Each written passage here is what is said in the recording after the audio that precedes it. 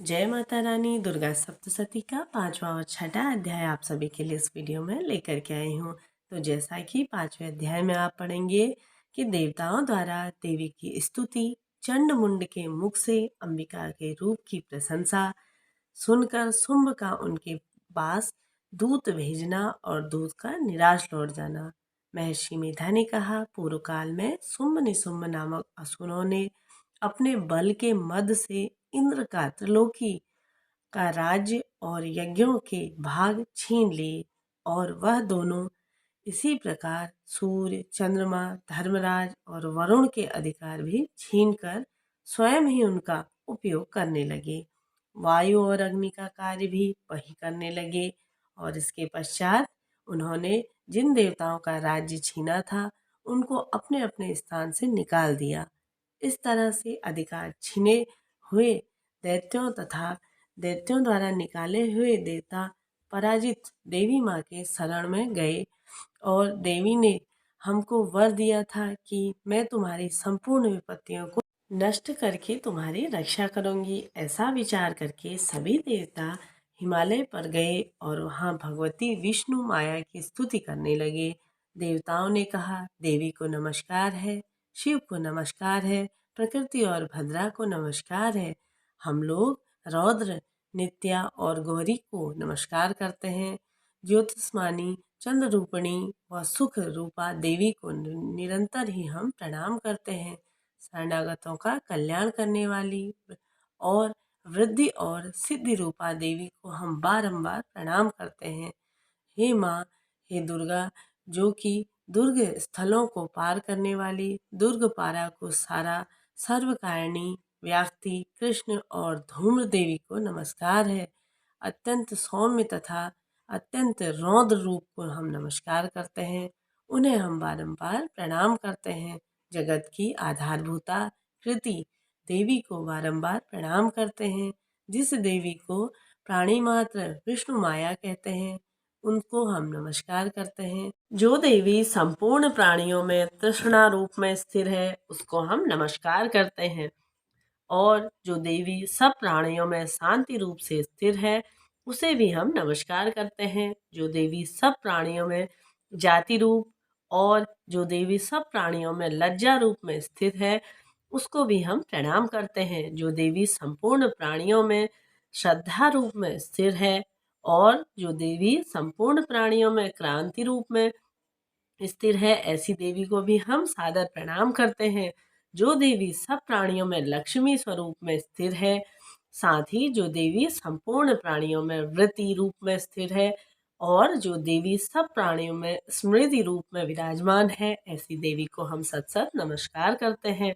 जो देवी सब प्राणियों में दया रूप और सभी में प्राणियों में तुष्टि रूप में स्थिर है उसको भी हम नमस्कार करते हैं। जो देवी संपूर्ण प्राणियों में मात्र रूप में स्थिर है और संपूर्ण प्राणियों में भ्रांति रूप में स्थिर है उसे भी हम सादर प्रणाम करते हैं।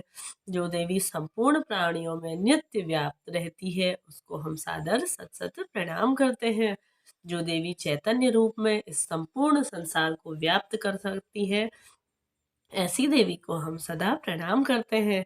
पूर्व काल में देवताओं ने अपने अभिष्ट फल पाने के लिए जिनकी स्तुति की है और देवराज इंद्र ने बहुत दिनों तक जिनका सेवन किया है वह कल्याण की साधना भूता ईश्वरी हमारा कल्याण करे और मंगल करे तथा सारी विपत्तियों को नष्ट कर डाले।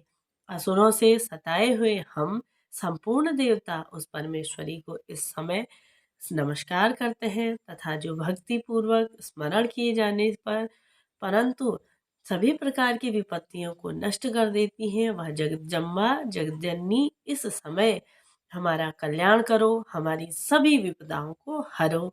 इस प्रकार से महर्षि मेधा ने कहा, हे राजन, इस प्रकार सभी देवता स्तुति करते रहे। तो उसी समय पार्वती देवी गंगा में स्नान करने के लिए आई। तब उनके शरीर से प्रकट होकर शिवा देवी बोली, शुंभ दैत्य के द्वारा स्वर्ग से निकले हुए और निशुंभ से हारे हुए यह देवता मेरी स्तुति कर रहे हैं। पार्वती के शरीर से अंबिका निकली, इसलिए उनको संपूर्ण लोक में कौशिकी कहते हैं। कौशिकी के प्रकट होने के पश्चात पार्वती देवी के शरीर का रंग काला हो गया और वह हिमालय पर रहने वाली कालिका देवी के नाम से प्रसिद्ध हो गई। फिर शुंभ और निशुंभ के दूत चंडमुंड वहां आए और उन्होंने परम मनोहर रूप वाली अंबिका को देखा। फिर वह शुंभ के पास जाकर बोले, महाराज, एक अत्यंत ही सुंदर स्त्री हिमालय को प्रकाशित कर रही है। वैसा रंग रूप आज तक हमने किसी स्त्री का नहीं देखा। हे असुरेश्वर, आप यह पता लगाइए कि वह कौन है और उसको ग्रहण कर लीजिए। वह स्त्री स्त्रियों रत्न में अलौकिक है। अपनी कांति से दसों दिशाओं को प्रकाशित करती हुई वहां स्थिर है, इसलिए आपका उसको देखना उचित है। हे प्रभु, तीनों लोकों के हाथी, घोड़े और मणि इत्यादि जितने भी रत्न हैं, वह सब इस समय आपके घर में शोभायान है। हाथियों में रत्न ऐरावत आपके पास, उच्चवैश्वा नामक घोड़ा तो आप इंद्र से ले ही आए हो। हंसों द्वारा जुता हुआ विमान जो कि ब्रह्मा जी के पास था, अब वह आपके पास है। और यह महापद्म नामक खजाना जो कि कुबेर जी से आपने छीन लिया है। समुद्र में आपको सदा खिले हुए फूलों की किंजकलिनी नामक माला दी है। वरुण का कंचक भी वर्षा करने वाला छत्र आपके पास है। रथों में श्रेष्ठ प्रजापति का रथ भी आपके पास है। तो हे दैत्य, मृत्यु के उत्क्रांतिकारक नामक शक्ति भी अब आप ही के पास है। वरुण का पाश और आपके पास हथा निशुंभ के अधिकार में है। जो भी अग्नि में न जल सके, ऐसे दो वस्त्र भी अग्निदेव के आप ही के पास है। हे दैत्यराज, इस प्रकार सारी रत्न रूपी वस्तुएं जो है वह आपके पास है। आपने वह संग्रह कर चुके हैं, तो फिर आप यह कल्याणकारी स्त्री के रत्न रूप अनुपम स्त्री आप क्यों नहीं ग्रहण करते? महर्षि मेधा बोले, चंडमुंड का यह वचन सुनकर शुंभ ने विचारा कि सुग्रीव को अपना दूत बनाकर देवी के पास भेज देता हूँ। तभी प्रथम उनको सब कुछ समझा दिया गया और कहा कि वहां जाकर तुम उसको अच्छी तरह से समझाना और एक उपाय करना जिससे कि वह प्रसन्न हो जाए और मेरे पास चली आए। भली प्रकार समझाकर कहता दूत सुग्रीव पर्वत के उस रमणीय भाग में पहुंचा जहां देवी रहती थी। दूत ने कहा, हे देवी, दैत्यों का राजा शुंभ जो कि इस समय तीनों लोगों का स्वामी है, मैं उसका दूत हूँ और यहाँ तुम्हारे पास आया हूँ। संपूर्ण देवता उसकी आज्ञा एक स्वर से मानते हैं। तब जो भी अगर तुम्हें चाहिए वह तुम सुनो। उससे कहा कि इस संपूर्ण त्रिलोक में उनका वश है।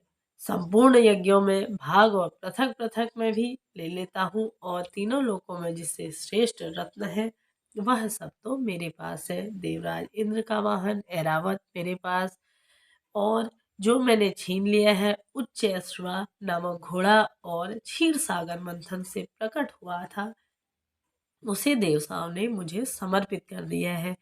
हे सुंदरी, इनके अतिरिक्त और जो भी रत्नभूषण पदार्थ देवताओं के पास थे वह सब अब मेरे पास है। हे देवी, मैं तुम्हें संसार की स्त्रियों में रत्न मानता हूँ क्योंकि रत्नों का उपयोग करने वाला मैं ही हूँ।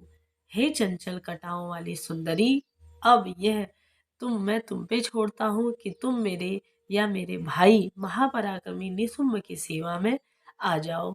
यदि तू मुझे वरेगी तो मुझे अतुल महान ऐश्वर्य की प्राप्ति होगी। अतः तुम अपनी बुद्धि से यह विचार कर मेरे पास चली आओ। महर्षि मेधा ने कहा। दूत ने ऐसा कहने पर संपूर्ण जगत का कल्याण करने वाली भगवती दुर्गा मन ही मन मुस्कुराई और इस प्रकार कहने लगी। देवी ने कहा, हे दूत, तू जो कुछ कह रहा है वह सत्य है और इसमें किंचित मात्र भी झूठ नहीं है। शुंभ इस समय तीनों लोकों का स्वामी है और निशुंभ भी उसी तरह से पराक्रमी है, किंतु इसके संबंध में मैं जो भी प्रतिज्ञा कर चुकी हूँ उसे मैं कैसे छुटला सकती हूँ। अतः तू मैंने जो प्रतिज्ञा ली है उसे सुन। जो मुझे युद्ध में जीत लेगा वही मेरे अभिमान को खंडित करेगा तथा बल में मेरे समान होगा, वही मेरा स्वामी कहलाएगा। इसलिए शुंभ अथवा निशुंभ यहाँ आए और युद्ध करके मुझे जीत ले जाए और मैं उसी से विवाह कर लूंगी। इससे भला देव की क्या आवश्यकता है। तब दूत ने कहा, हे देवी, तुम अभिमान से भरी हुई हो, मेरे सामने तुम ऐसी बात न करो। इस त्रिलोकी में मुझे तो ऐसा कोई नहीं दिखाई देता जो कि शुंभ और निशुंभ के सामने ठहर सके। हे देवी, जब अन्य देवताओं में से कोई शुंभ और निशुंभ को हरा नहीं पाया तो तुम तो एक स्त्री हो और तुम रणभूमि में कैसे ठहर पाओगी। तब जिन शुंभ और आदि असुरों के सामने इंद्र आदि देवता नहीं ठहर सके तो फिर तुम तो एक अकेली स्त्री उनके सामने कैसे ठहर पाओगी। अतः तुम मेरा कहना मानकर उनके पास चली जाओ, नहीं तो जब वह तुम्हें केस पकड़कर घसीटते हुए ले जाएंगे तो तुम्हारा गौरव नष्ट हो जाएगा। इसलिए मेरी बात मान लो। देवी ने कहा, जो कुछ तुमने कहा ठीक है। शुंभ और निशुंभ बड़े बलवान हैं, लेकिन मैं क्या कर सकती हूँ, क्योंकि मैं बिना विचारे प्रतिज्ञा कर चुकी हूँ। इसलिए तुम जाओ और मैंने जो कुछ कहा है वह सब आदर पूर्वक असुरेंद्र से कहो। इसके पश्चात जो उसे उचित लगेगा वही करेंगे। इस प्रकार से 5वां अध्याय पूर्ण होता है। चलिए 6ठा अध्याय प्रारंभ करें।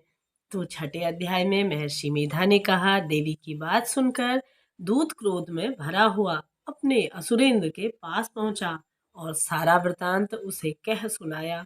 दूत की बात सुन असुरेंद्र ने क्रोध का पवार न रहा और उसने अपने सेनापति धूम्रलोचन से कहा, धूम्रलोचन, तुम अपनी सेना सहित शीघ्र वहां जाओ और उस दुष्टा के केसों को पकड़कर उसे घसीटते हुए यहाँ ले आओ।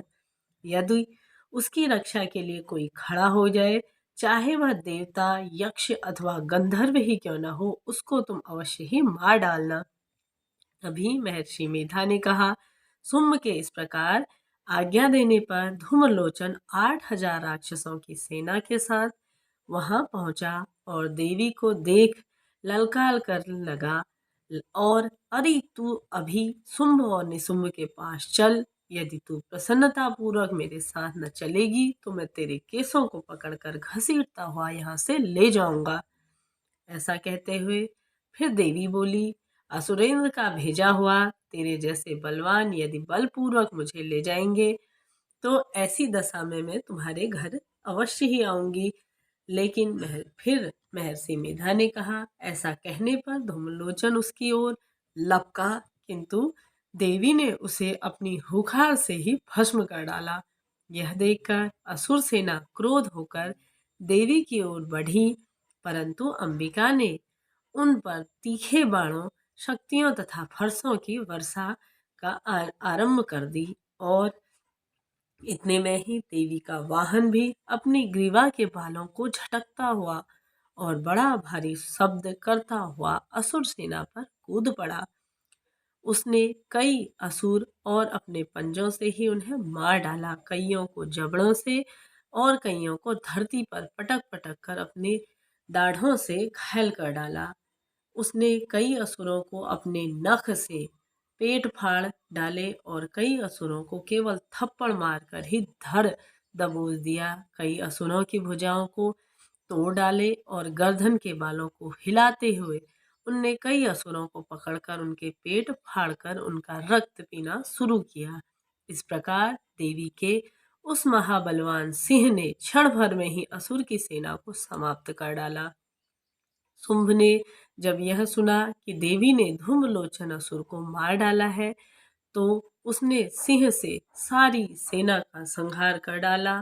तब उसको बड़ा ही क्रोध आया। उसने मारे क्रोध के ओठ फड़कने लगे और उसने चंड तथा मुंड नामक महाअसुरों को आज्ञा दी, हे चंड मुंड, तुम अपने साथ एक बड़ी सेना लेकर वहां जाओ और उस देवी के बाल पकड़कर उसे बांधकर तुरंत यहाँ ले आओ। यदि उसको यहाँ लाने में किसी प्रकार का कोई संदेह हो तो अपनी सेना सहित उससे लड़ते हुए उसको मार डालो और जब वह दुष्टा और उसका सिंह दोनों मारे जाएं तब भी उसको बांधकर घसीट कर यहाँ ले आना। तो इस प्रकार से माता जगत जननी की महिमा कहते हुए दुर्गा सप्तशती का छठा अध्याय भी यहाँ पर पूर्ण होता है। ये माँ जगत जननी की जय हो। मिलते हैं अगली वीडियो में, तब तक के लिए जय माता रानी, हर हर महादेव।